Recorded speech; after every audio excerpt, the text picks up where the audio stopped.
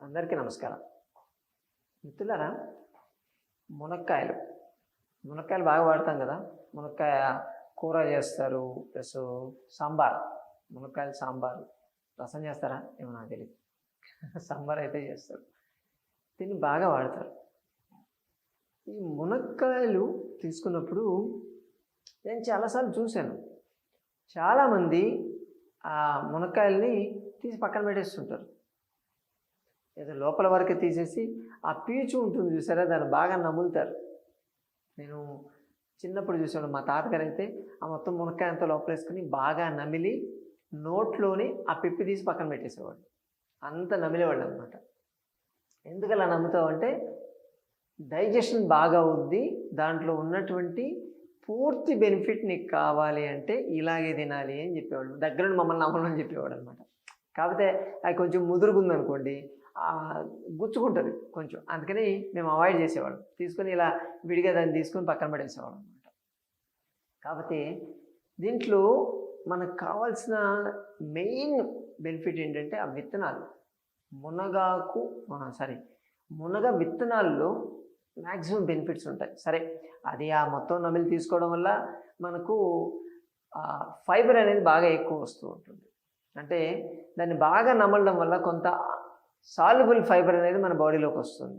దాంతో cholesterol levels ఇవన్నీ బాగా తగ్గుతూ ఉంటాయి. ఇండైజెషన్, కాన్స్టిపేషన్, అసిడిటీ ఇటువంటి ప్రాబ్లమ్స్ రావు. ఎక్స్ట్రా అంటే మునక్కాయని బాగా నమిలి పిప్పిలాగా చేయడం వల్ల ఆ రోజు మా తాతగారు ఏదైతే చేశారని చెప్పారు. కానీ మునగ విత్తనాల్లోనే చాలా బెనిఫిట్స్ ఉంటాయి. ముఖ్యంగా antioxidants, the best antioxidants అంటే ఏంటంటే vitamin A, vitamin C and vitamin E. ఈ మూడు బెస్ట్ యాంటీ ఆక్సిడెంట్స్ అంటారు. ఈ మూడు కూడా గంప గుత్తగా దీంట్లో ఉంటాయి, మనకు మునగ విత్తనాల్లో ఉంటాయి. అందుకని ఈ మూడింటిని కలిపి తీసుకోవడం వల్ల ఫస్ట్ మనకు ఉండేటువంటి బెనిఫిట్ ఏంటంటే క్యాన్సర్స్. అసలు క్యాన్సర్స్ రాకుండా 100% ప్రివెంట్ చేయాలి అంటే మునగ విత్తనాలు మించింది లేదని చెప్తారు. ఎందుకంటే ఈ మూడు యాంటీ ఆక్సిడెంట్స్ ఏం చేస్తాయంటే అపాప్టోసిస్ అంటారు. అంటే లోపల ఉన్నటువంటి క్యాన్సర్ సెల్స్ ఏదైతే ఉంటాయో వాటి నుంచి వాటర్ని బయటకు తీసేసి ప్లస్ దాన్ని విచ్ఛేదం చేసేస్తాయి. దాంతో క్యాన్సర్ సెల్స్ డ్యామేజ్ అవుతాయి. అట్ ద సేమ్ టైం పెరగకుండా ఆపేటువంటి కెపాసిటీ దీనికి ఉంది, చేయొచ్చు రెగ్యులర్గా. కోలన్ క్యాన్సర్స్ దగ్గర నుంచి డెడ్లీ క్యాన్సర్స్ వరకు ఇది బాగా పనిచేస్తుంది అని చెప్పి ఉంది. అంటే కొంతమంది కామెంట్లు చూస్తుంటారు, అంటే క్యాన్సర్ మెడిసిన్ మానేసి మునక్కాయలు నీరే సరిపోద్దా, తగ్గుద్దా అని చెప్పి మాట్లాడుతుంటారు. క్యాన్సర్ మెడిసిన్లు ఆ ఔషధాలు తయారు చేసి దీని నుంచి తీసి తయారు చేసి నీకు ఇస్తున్నారు. నీకు అంత ఓపిక లేక నువ్వు అవి కొనుక్కొని తింటున్నావు, లక్షలు పెట్టి. ₹10 పెడితే వచ్చేదానికి 50,000 పెట్టి కొనుక్కుంటున్నాం అంతే. దాన్ని బట్టి దీన్ని బట్టి తేడా ఏం లేదు. ఓకే, ఇవన్నీ కూడా మెడిసిన్, ప్రకృతి ప్రసాదించినటువంటి అద్భుతమైనటువంటి ఔషధాలు. వాటి గురించి మన చుట్టూ ఉన్నటువంటి వదిలేసుకొని ఎక్కడికో పరిగెడుతున్నాం. ఏదో దూరపు కొండలు నుంపంటారు చూసారు సామెత, ఆ ప్రకారం పరిగెత్తడం మనకు అలవాటు. అందుకని అది మానవ నైజం అంతే. ఈజీగా ఆ మునక్కాయలు తెచ్చుకోలేము, దాన్ని చేసుకోలేము, తినలేము, నమిలి తినడానికి కూడా ఉడిపోతాం మనకు. అందుకని ఏది మింగేయచ్చు కదని మింగుతున్నా, ఈ లోపలికి మనల్ని మింగుతున్నాయి. సరే, దాని విషయం ఇప్పుడు వద్దులేండి. కాబట్టి ఇది క్యాన్సర్స్కి చాలా అద్భుతంగా పనిచేస్తుంది. అలాగే దీంట్లో ఉండేటువంటి విటమిన్ సి అనేది మన డయాబెటీస్కి బాగా పనిచేస్తుంది. ఎందుకంటే విటమిన్ సి ఉంటే ఇన్సులిన్ని యాక్టివేట్ చేస్తుంది. ఇన్సులిన్ ఎఫెక్టివ్గా పనిచేయగలుగుతుంది. విటమిన్ సి సమక్షంలో మన బాడీలో ఉన్నటువంటి గ్లూకోజ్ అనేది తొందరగా గ్లైకాలిసిస్ ఏదైతే ఉంటుందో అది చాలా ఫాస్ట్గా అవుతుంది, గ్లూకోజ్ మెటబాలిజం. దానివల్ల షుగర్ లెవెల్స్ ఫాస్ట్గా తగ్గుతాయి. ఇంకొకటి, ప్యాంక్రియాస్ నుంచి ఇన్సులిన్ రావాలంటే దానికి ఏదో ఒక స్టిమ్యులేటర్ ఉండాలి. ఆ స్టిమ్యులేటర్ ఏంటంటే జింక్. ఆ జింక్ అనేది దీంట్లో ఉంది, మనకు కావాల్సినటువంటి మునగ విత్తనాల్లో ఉంది. కాబట్టి అది స్టిమ్యులేట్ చేస్తుంది. ఇన్సులిన్ ప్రొడక్షన్ కూడా బాగా అవుతుంది. అంటే ఇన్సులిన్ సెక్రెషన్కి పనిచేస్తుంది, ఇన్సులిన్ యూటిలైజేషన్ మెథడ్ కూడా ఇది బాగా పనిచేస్తుంది. కాబట్టి 2 విధాలుగా ఇది పనిచేస్తుంది కదా. ఇంకెందుకని కావాల్సింది ఏముంది. ప్లస్ ఫైబర్ దీంట్లో ఉందని మనం చెప్పుకున్నాం, ఫస్ట్ స్టార్టింగ్లోనే చెప్పాం. దానివల్ల ఈ cholesterol, bad cholesterol flakes form అవుతూ ఉంటాయి, మన బ్లడ్ వెజల్స్లో అడ్డంకులు వస్తూ ఉంటాయని చెప్తూ ఉంటారు కదా. సో అటువంటివి హానికరమైనటువంటి కొలెస్ట్రాల్ మాలిక్యూల్, LDL అని దాని పేరు పెట్టారు. సో సో వాటి ఆ మాలిక్యూల్స్కి అగెనిస్ట్గా పనిచేస్తుంది, అంటే అవి అటాచ్ కాకుండా చూస్తుంది. బ్లడ్ వెజల్స్కి అవి అతుక్కోకుండా చూసేటువంటి కెపాసిటీ ఈ మునగ విత్తనాలకు ఉంటుంది. కానీ ఇంకొకటి, అతుక్కోకుండా ఉండాలంటే ఏం జరగాలి, మన బ్లడ్ వెజల్స్ లోపల ఇన్ఫ్లమేషన్ అనేది రాకూడదు. ఇన్ఫ్లమేషన్ వస్తే ఏంటంటే బ్లడ్ వెజల్ కాస్త రఫ్ అయిపోయి ఆ బ్లడ్ సర్క్యులేషన్లో ఉండేటువంటి కొలెస్ట్రాల్ దానికి అతుక్కుంటుంది. ఇదేం చేస్తుందంటే అసలు బాడీలో ఇన్ఫ్లమేషన్ రాకుండానే చేస్తుంది, యాంటీ ఇన్ఫ్లమేటరీ లాగా పనిచేస్తుంది. దానివల్ల బ్లడ్ వెజల్స్ ఎప్పుడు స్మూత్గానే ఉంటాయి, దాంతోపాటు ఈ అతుక్కోకుండా ఉంటాయి, కాబట్టి ఇండైరెక్ట్గా మనం ఆపేసినట్టు. రెండోది, దీంట్లో పొటాషియం ఉంటుంది బాగా. ఈ పొటాషియం ఏం చేస్తుందంటే బాడీలోంచి ఎక్స్ట్రా వాటర్ని బయటకు పంపించేస్తూ ఉంటుంది. అంటే ఎక్కడ వాపులు రాకుండా, ప్లస్ వాటర్ నిలువ ఉండకుండా, ఎడిమా అంటారు చూసారా, అటువంటి ప్రాబ్లం రాకుండా చూసేటువంటి కెపాసిటీ దీనికి ఉంటుంది. కొంతమందికి ఈ పొటాషియం లెవెల్స్ పడిపోతూ ఉంటాయి విపరీతంగా, కిడ్నీ మీద ఎఫెక్ట్ అయిపోతుంది అది. అందుకని వాళ్ళు పొటాషియం ట్యాబ్లెట్లు తీసుకోవడం లేకపోతే ఇంజెక్షన్ తీసుకోవడం చేస్తూ ఉంటారు కదా. అటువంటి వాళ్ళు చేయాల్సింది ప్రతిరోజు మునగ విత్తనాలు ఉండేటట్టు చూసుకునే చాలు, వాళ్ళ బాడీకి కావాల్సినటువంటి పొటాషియం వచ్చేస్తూ ఉంటుంది, ఆ లెవెల్స్ పడిపోకుండా ఉంటాయి. ఇండైరెక్ట్గా ఇది పనిచేస్తుంది. అలాగే దీంట్లో ఐరన్ కూడా బాగుంటుంది. ఐరన్ ఉందంటే దేనికి పనిచేస్తుంది తెలుసు కదా, హెమోగ్లోబిన్.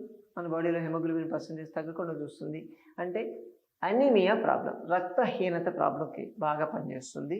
అలాగే విటమిన్ ఈ ఉంది దీంట్లో. విటమిన్ ఈ ఉంటే ఏం చేస్తుందంటే మనకు ఈ ఇంపార్టెన్సీ, ఫెర్టిలిటీ ప్రాబ్లమ్స్ రాకుండా చూసేటువంటి కెపాసిటీ బాగుంటుంది.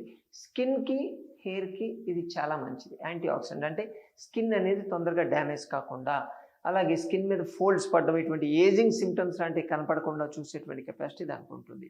విటమిన్ ఏ ఉంటుందని మనం చెప్పుకున్నాం. కళ్ళకి చాలా మంచిది, హెయిర్కి మంచిది.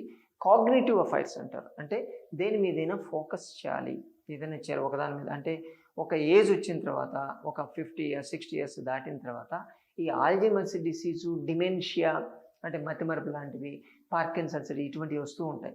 ఇటువంటి ప్రాబ్లమ్స్ రాకుండా ముందుగా ప్రివెంట్ చేయాలి అంటే మునగ విత్తనాలే మనం తీసుకోవాలి. అలాగే డిఎన్ఏ, ఆర్ఎన్ఏ క్రోమోజోమ్స్ ఉంటాయి కదా, ఈ క్రోమోజోమ్స్లో మ్యూటేషన్స్ జరుగుతూ ఉంటాయి. మీరు ఎంత ఆపినా దాంట్లో చేంజెస్ జరుగుతూ ఉంటాయి.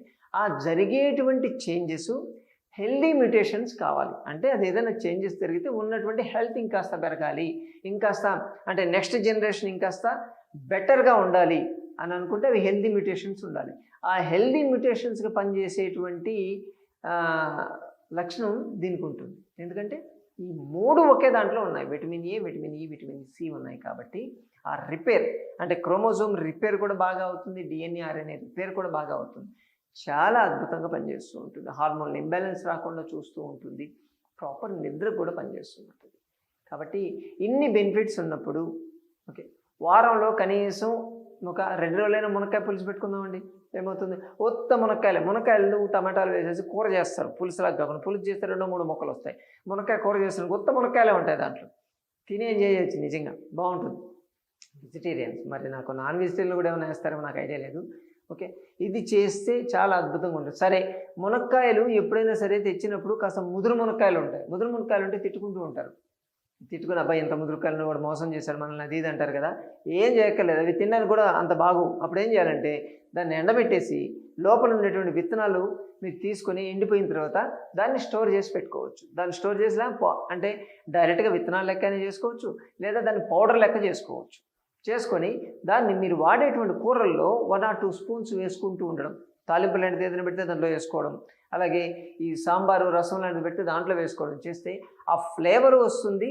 అట్ ద సేమ్ టైం ఇప్పుడు దాకా మనం మాట్లాడుకున్నటువంటి బెనిఫిట్స్ కూడా దాంట్లో వస్తాయి. కాకపోతే ఎండబెట్టేసరికి కొంత విటమిన్ సి అయితే తగ్గుతుంది, ఎందుకంటే అది వాటర్ సాల్యుబుల్, వాటర్ ఎక్కడ ఉంటే అక్కడ ఉంటుంది కాబట్టి చాలా కొంత పోతుంది, విటమిన్ సి పోతుంది. కానీ విటమిన్ ఏ, విటమిన్ ఈ మాత్రం బాగా వస్తుంది. కాబట్టి మునక్కాయలు ఎక్కడ దొరికినా వదలొద్దు, సరేనా.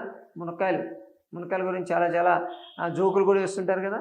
పెళ్ళైన వాళ్ళకి మునక్కాయలు బాగా తినిపించమని చెప్తారు, అంటే స్టామినా బాగా వస్తుందంట, ఫర్టిలిటీకి పనిచేస్తుంది, అందుకే అది బాగా పనిచేస్తుంది అంటారు. జెంట్స్లో సంభోగ శక్తి బాగా పెరుగుతుందని చెప్పి దాని మీద జోకులు కూడా ఉంటాయి, సరేనా. కాబట్టి ఖచ్చితంగా మునక్కాయలు మాత్రం వదలొద్దు, ఖచ్చితంగా వాడాలి. అలాగే ప్రతి సోమవారం, బుధవారం, శుక్రవారం, శనివారం ఈ 4 రోజుల్లో హైదరాబాద్ మొయినాబాద్ జేబీఐటీ కాలేజ్ దగ్గర ఉన్న సంజీవని ప్రకృతాశ్రమానికి రాగలిగితే ఇటువంటి మరిన్ని విషయాలు తెలుసుకోవచ్చు. మీకున్నటువంటి ఆరోగ్య సమస్యల గురించి స్వయంగా చర్చించి పరిష్కార మార్గాలు, చికిత్స విధానాలు తెలుసుకోవచ్చు. మరోసారి మరో వీడియోతో మళ్ళీ కలుసుకుందాం.